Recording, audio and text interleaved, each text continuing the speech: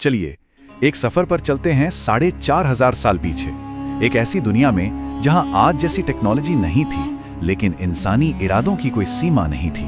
यहीं गीजा के रेगिस्तान में एक ऐसा अजूबा खड़ा है जो आज भी हमें सोचने पर मजबूर कर देता है, महान पिरामिड। इसका वजन है 60 लाख टन। ये इतना ज्यादा है कि इसका अंदाजा लगाना भी मुश्किल है। चलिए इसे थोड़ा आसान बनाते हैं, आज की दुनिया से इसकी तुलना करके।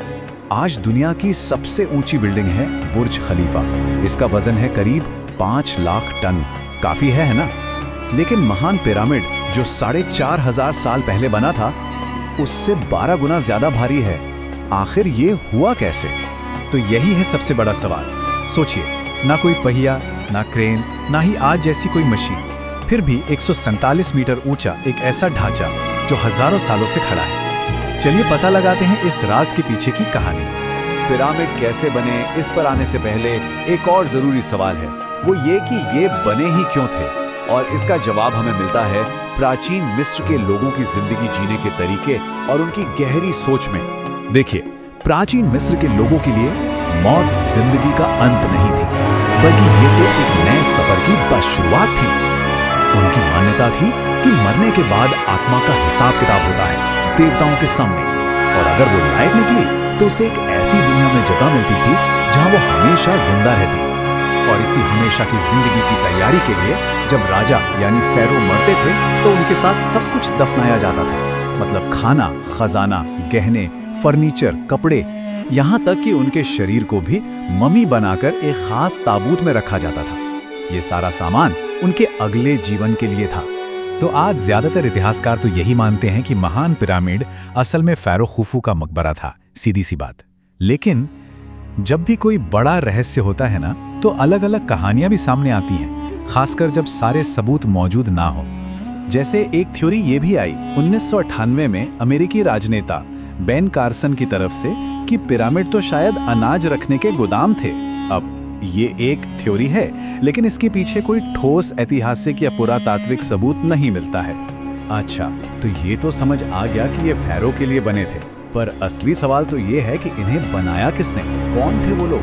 क्या वाकई वो गुलाम थे, जैसा कि हम सबने फिल्मों और कहानियों में सुना है? असल में ये जो गुलामों वाली बात है ना, ये एक बहुत बड़ी गलतफहमी है। इसकी शुरुआत हुई थी एक पुराने यूनानी इतिहासकार हेरोडोटस की लिखी बातों से, और बस सदियों तक लोग इसी को सच मानते रहे।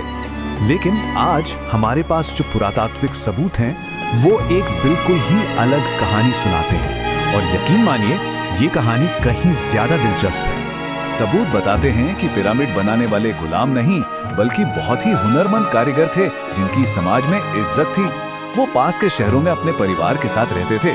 उन्हें इतना अच्छा खाना मिलता था कि शायद उस वक्त के आम नागरिक से भी बेहतर।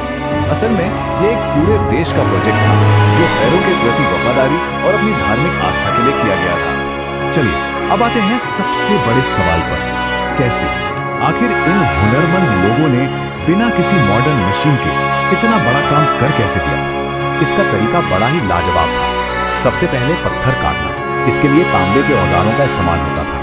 फिर वो दरारों में लकड़ी फंसाकर उसे पानी से भिगो देते थे। लकड़ी फूलती और पत्थर टूट जाता।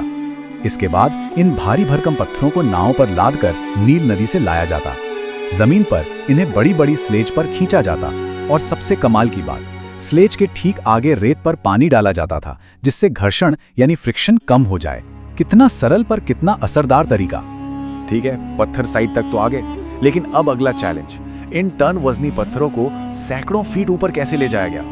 यहाँ जो सबसे मजबूत थ्योरी है वो है रैंप और लीवर की। माना जाता है कि पिरामिड के सहारे एक बहुत लंबा सीधा रैंप बनाया गया। फिर मजदूरों की टोलियां रस्सियों के सहारे इन स्लिज को ऊपर खींचती थीं, और जब पत्थर को उसकी फाइनल जगह पर लगाना होता तो वो लीवर का इस्तेमाल करते थे। और मजे की बात यह है कि ये तकनीक, जिसे शदूफ कहते हैं, वो पहले से ही सिंचाई के लिए पानी उठाने में इस्तेमाल कर रहे थे। तो हमने इतना कुछ तो जान लिया, लेकिन कहानी अभी खत्म नहीं हुई है। इन सभी जवाबों के बाद भी कुछ ऐसे सवाल हैं जिनका जवाब आज भी किसी के पास नहीं है। जैसे कि वो मसाला जिससे पत्थरों को जोड़ा गया है, हम आज तक उसका फॉर्मूला नहीं बना पाए हैं। वो आज के सीमेंट से भी ज्यादा मजबूत है। फिर पिरामिड का अलाइनमेंट, उत्तर दक्षिण पूरब पश्चिम एकदम परफेक्ट, सिर्फ 115 डिग्री की मामूली सी गलती। ये कैसे किया? और सबसे हैरान करने वाली बात, हिसाब लगाएं तो इस पिरामिड को 20 साल में बनाने के लिए उन्हें हर 3 मिनट में एक भारी पत्थर उसकी जगह पर रखना था, दिन रात बिना रुके। ये कैसे मुमकिन हुआ? अब ऐसी बातों को सुनकर कई लोग कहते हैं कि ये एलियंस का काम था या कोई खोई हुई टेक्नोलॉजी थी, लेकिन ये तो आसान जवाब है। असली सच शायद इससे कहीं ज्यादा हैरान करने वाला है। ये सब इंसानी दिमाग, मेहनत और जबरदस्त प्लानिंग का कमाल था। ये पिरामिड हमें सिर्फ एक पुरानी कहानी नहीं बताते, ये हमें इंसान की काबिलियत के बारे में बताते हैं। ये दिखाते हैं कि जब लोग मिलकर एक लक्ष्य के लिए काम करते हैं तो कुछ भी नामुमकिन नहीं है। और ये हमें एक बड़े सवाल के साथ छोड़ जाते हैं कि हमारे पूर्वजों के और कौन-कौन से ऐसे कारनामे हैं जिनकी असली कीमत हम आज तक समझ ही नहीं पाए हैं।